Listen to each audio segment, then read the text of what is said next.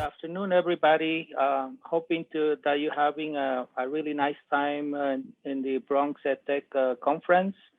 This is our fourth concurrent session, and the title of it is Challenges and Advantages of a Structured Training for the Transition to Distance Learning from the Mentor's Lens. The presenters today, all of them from Hostos Community College, are Jacqueline DiSanto, Professor Education, Carlos Guevara, Director, EdTech and CTL, Sandy Figueroa, Associate Professor, Business, and Asrat Amnie, Assistant Professor, Education. Welcome.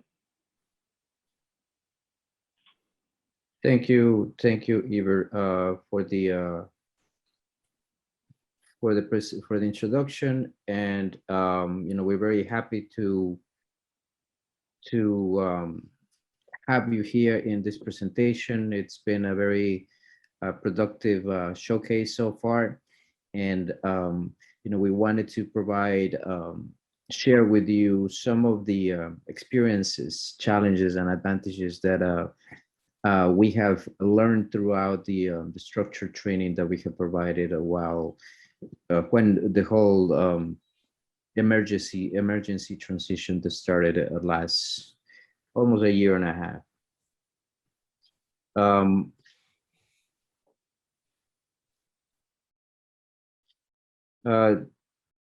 Eva already presented our names.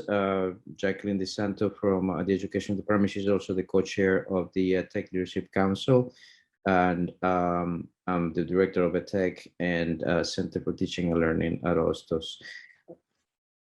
So the initial question for this presentation: how prepared were we before the pandemic? This was the question that a lot of us have been having conversations about, and it was complex. Nobody knew how things were going to be evolving, and then what we needed to do to immediately continue education. For us, we had a good advantage in the sense of the support structures that we had in place. We had a very solid support structures to promote technology adoption and technology innovation. We have advisory councils that were in place who played a very important role in this support. And we had an online course development framework. It was established a framework that allowed us to use and provide the support needed. However, right at that moment for Hostos, we had 14% of the courses that were offered as either hybrid or asynchronous. There was some skepticism about online learning, was very high among faculty, and it was especially in the sciences and mathematics fields. And also, expanding online learning was not a priority for the or part of the long-term vision. And as well, as enrollment declines, funding crisis was also an issue that the school was facing and is facing as well.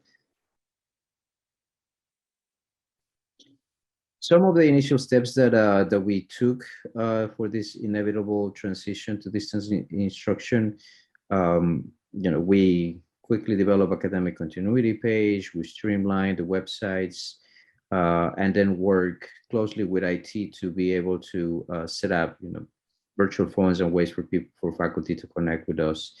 And the teams never stopped. We extended the times so that we were able to address any of the issues that were happening. And as I mentioned, this advisory councils played a huge role. And all of the faculty members of these councils offered support to their departments. And, just to give you a sense of the composition of these councils, the EdTech Leadership Council has 19 members. Every academic department is represented. CTL Advisory Council, 14 members. Every academic department is represented as well. And we also have faculty inquiry groups with over 30 faculty members. And we have established online learning assessment committee with 10 members where we have experienced online instructors and EdTech staff doing assessment and research on online learning. And when I mentioned about the online course development framework, this is something that we've been working for the past 10 or so years. We wanted to make sure that all of these steps, or all of these processes were in place, going from faculty and student preparedness to development and evaluation, to support systems and the continuous improvement. And to the center, we have the online evaluation system that brings together all of these components. And what we're going to be focusing on in this presentation is about the online learning initiatives that we had during the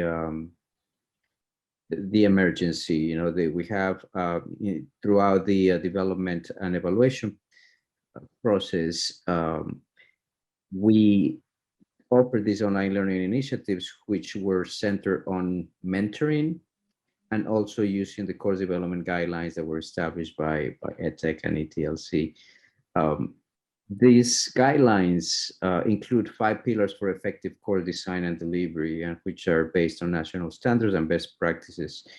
These pillars, defining expectations for the class, making sure that we have resources and support, focus on course design and the environment, making sure that the interaction and engagement, student present and faculty present, are there, and also assessment and feedback. All of those connected through UDL lens. So this was a very quick response. We offered 4 initiatives to support the remote instruction for summer and fall semesters, and 2 of those were focusing on the design and delivery, and 2 were focusing on the delivery of online learning. Some numbers: 278 out of 346 who registered completing these initiatives, and over 200 courses were certified through this process.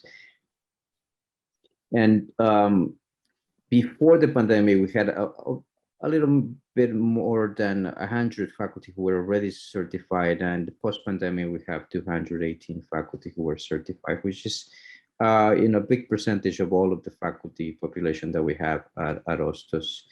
And just to talk about and give you a sense of the faculty mentoring support structures, a total of 52 faculty members and 16 staff members were involved in these efforts. Each initiative was supported by faculty mentors, plus instructional design consultants, and the EdTech specialists, to make sure that we provided as much support and guidance to faculty. And you could see here some of the compositions of how these initiatives had. It was a lot of support with faculty mentors throughout these big initiatives.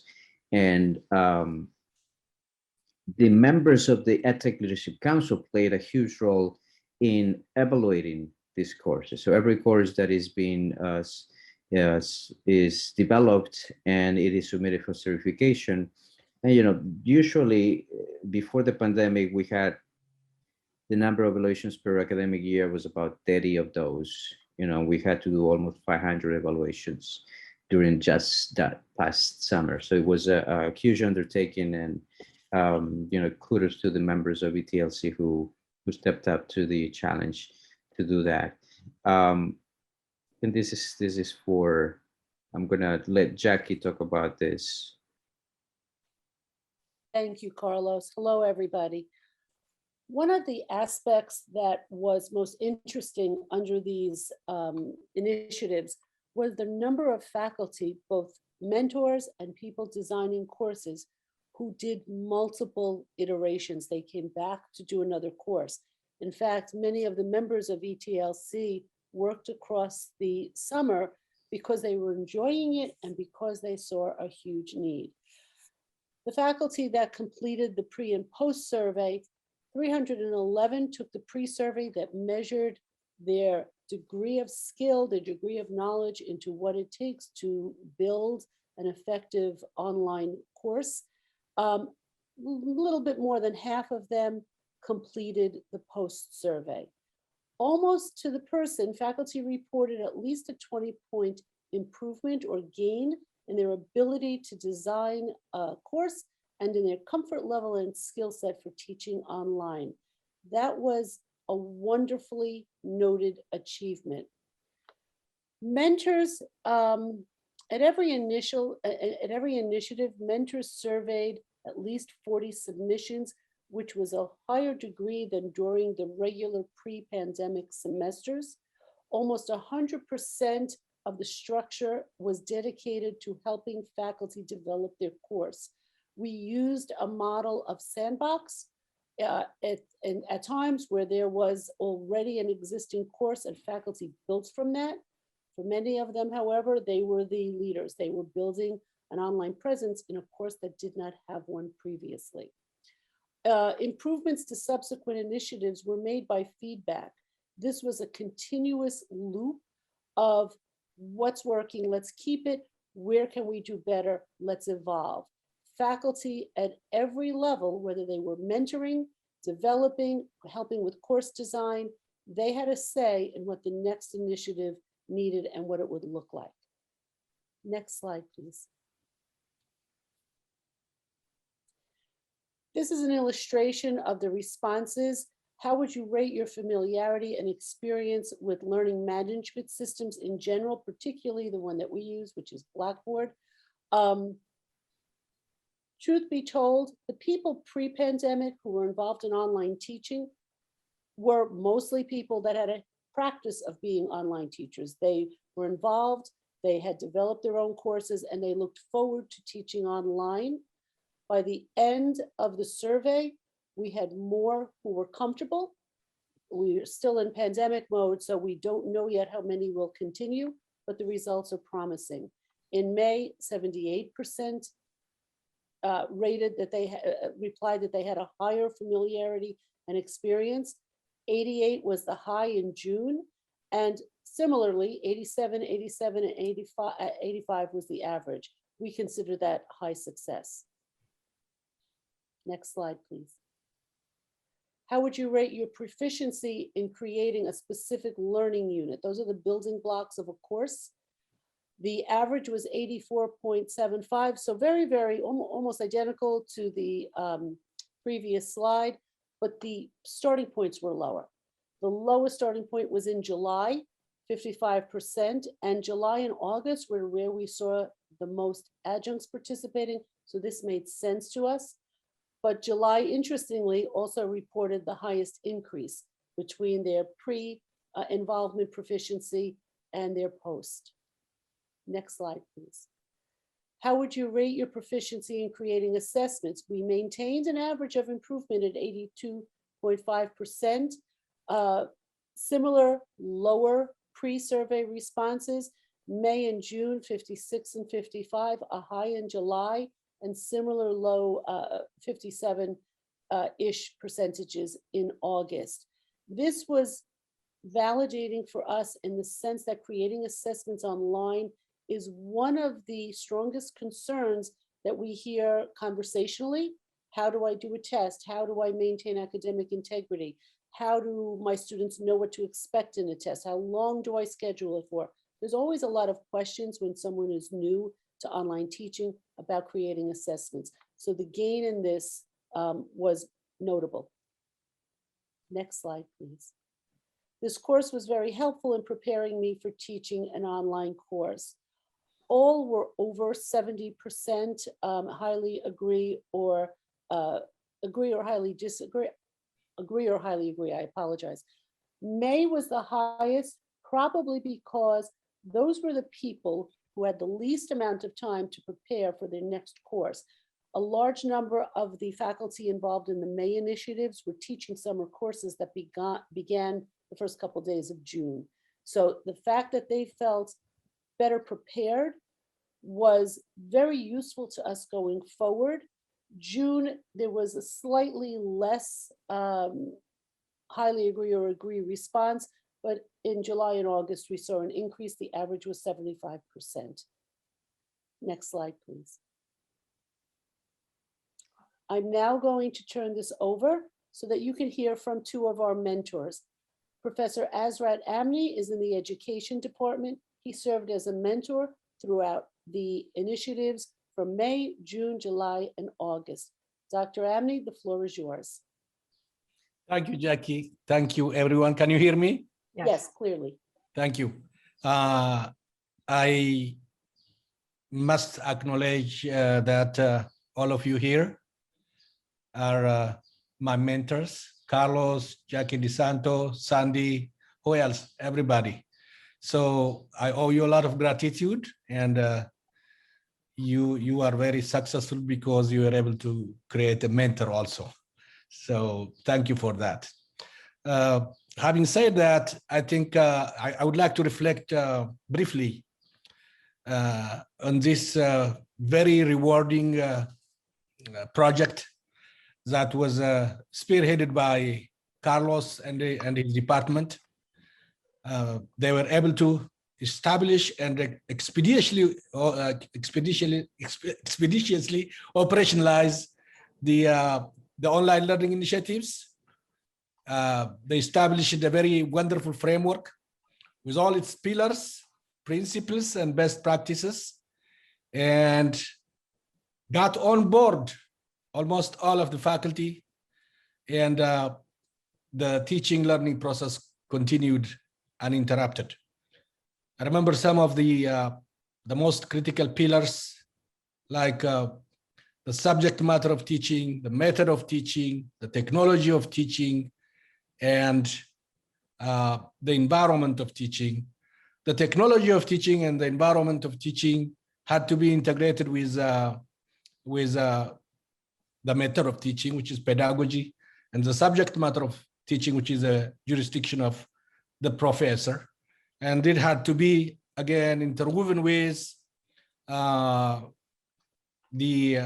principles, the three principles that have been identified through research, through Hanover Research Council, and people have been awarded for that, for discovering and publicizing that.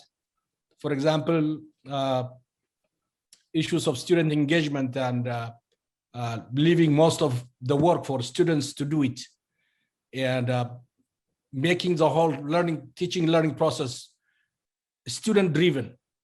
That's one of the best principles that we were all able to learn and apply.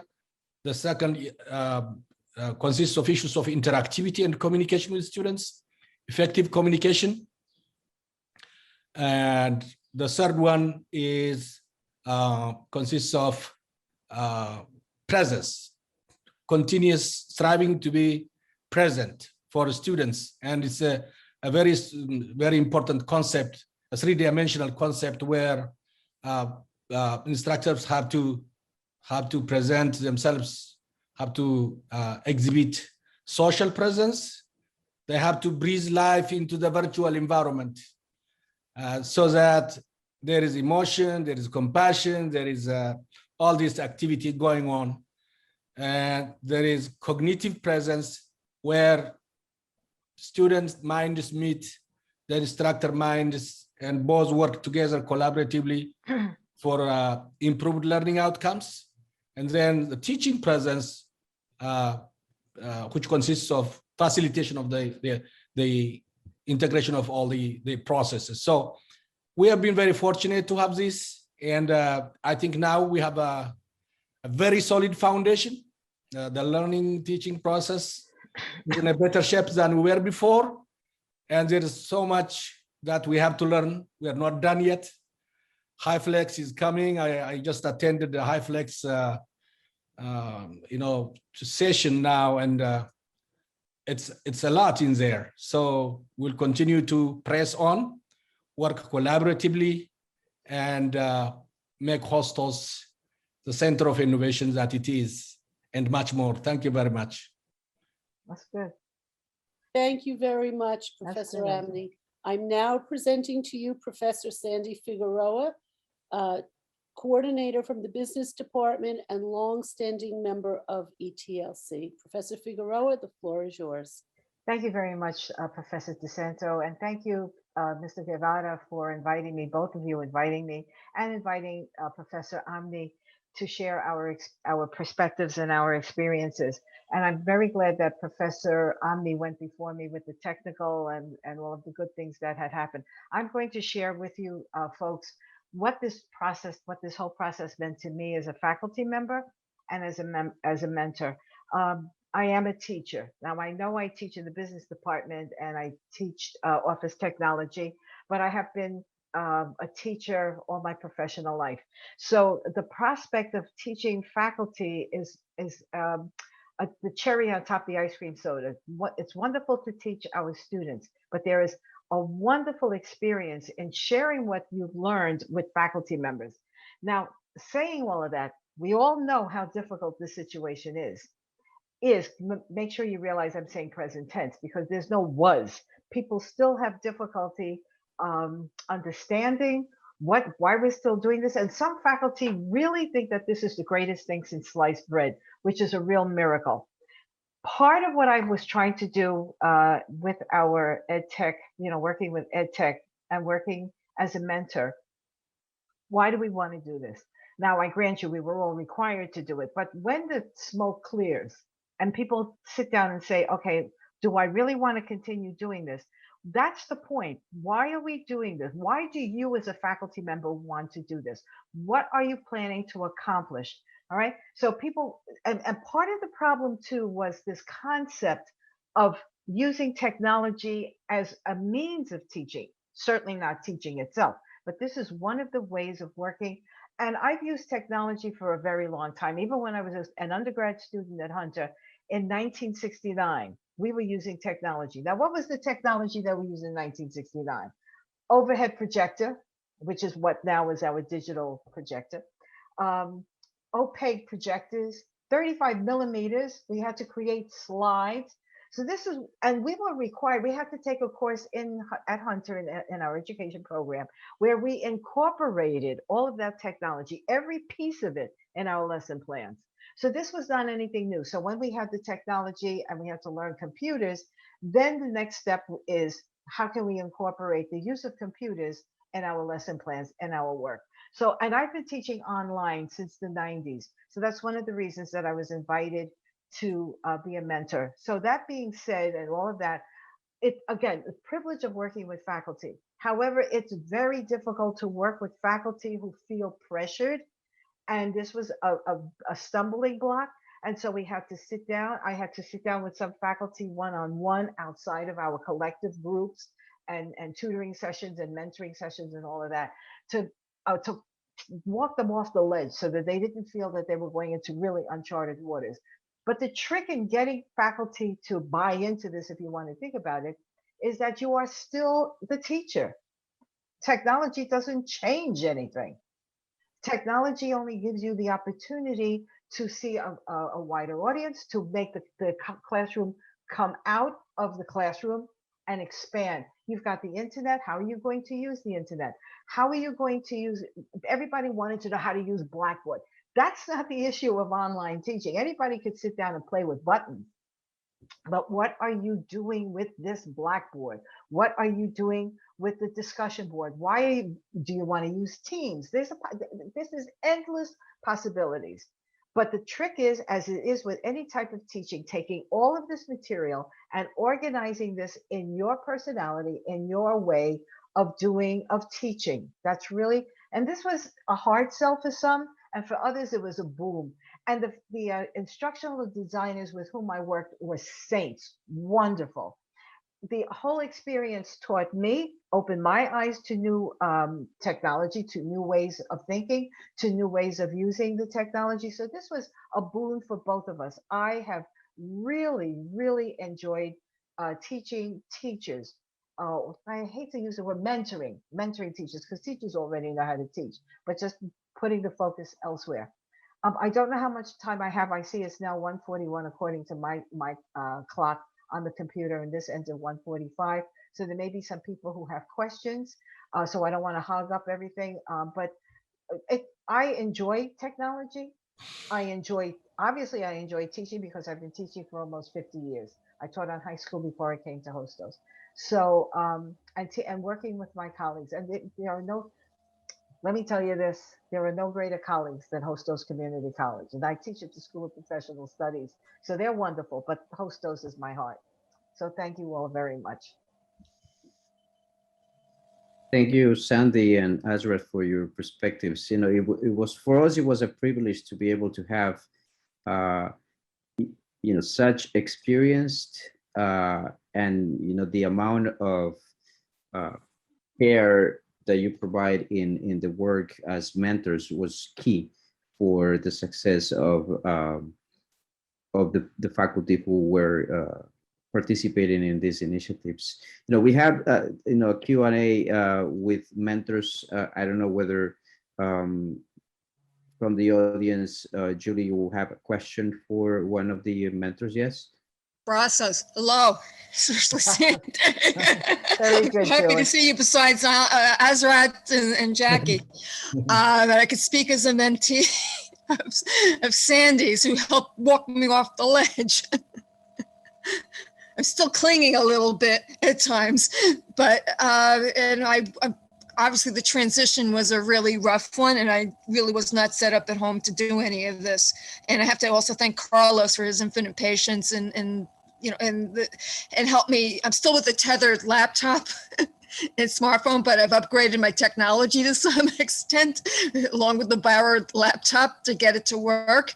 And even though I wasn't really set up to assimilate everything and to put everything into action when Sandy, you were working with us in that group in May, it did assimilate in the training programs that we went through, you know, putting through its paces. So once I got the technology piece together, you know, when I really got into the weeds of it in June, I was pretty much off and running, you know, and starting to use Collaborate and less reliant on Panopto and other stuff.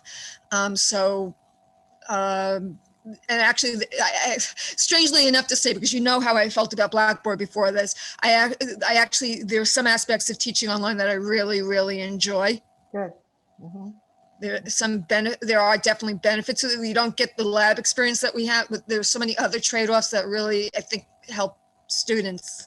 Still have a little ways to go and getting all the, you know, together with Blackboard, but we're, you know, getting there. Well, that's good. That's good, Julie. Thank you, Julie, for your feedback. Just to make sure that we're good with the time. I know we have to go back to the keynote address, which I invite everybody to join after our presentation. I want to quickly close with a couple of lessons learned, right? Because we could plan, and then we have to make sure we identify and adapt from what the situations are at the moment. So it is, for us, it was important that we plan strategically and we build capacity. We wanted to make sure that we have to keep a long-term vision, right? That was very useful. We were planning all of this from a number of years ago, and then this proved very useful while the emergency. And we had to find the balance between essential and flexibility. You know, we had the feedback from Asrat, from Sandy, and from Julie as a participant. You know, there's a number of other variables that come to play, and that it is different for everybody. So we had to identify how we could address those elements, and the idea of establishing a continuous improvement. You know, this is not something that, you know, is done one time. You know, it's going to continue happening, and being open and ready for the unexpected. That was a very key element for anything that we have done throughout this year.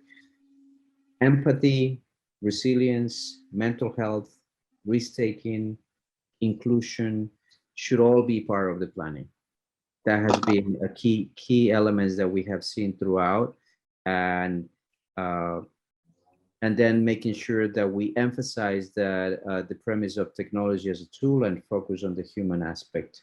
That was one of the main things that we emphasized throughout, and the support from the mentors was key in highlighting this particular point, focusing on the human aspect, and then being open, being reachable by for the mentees.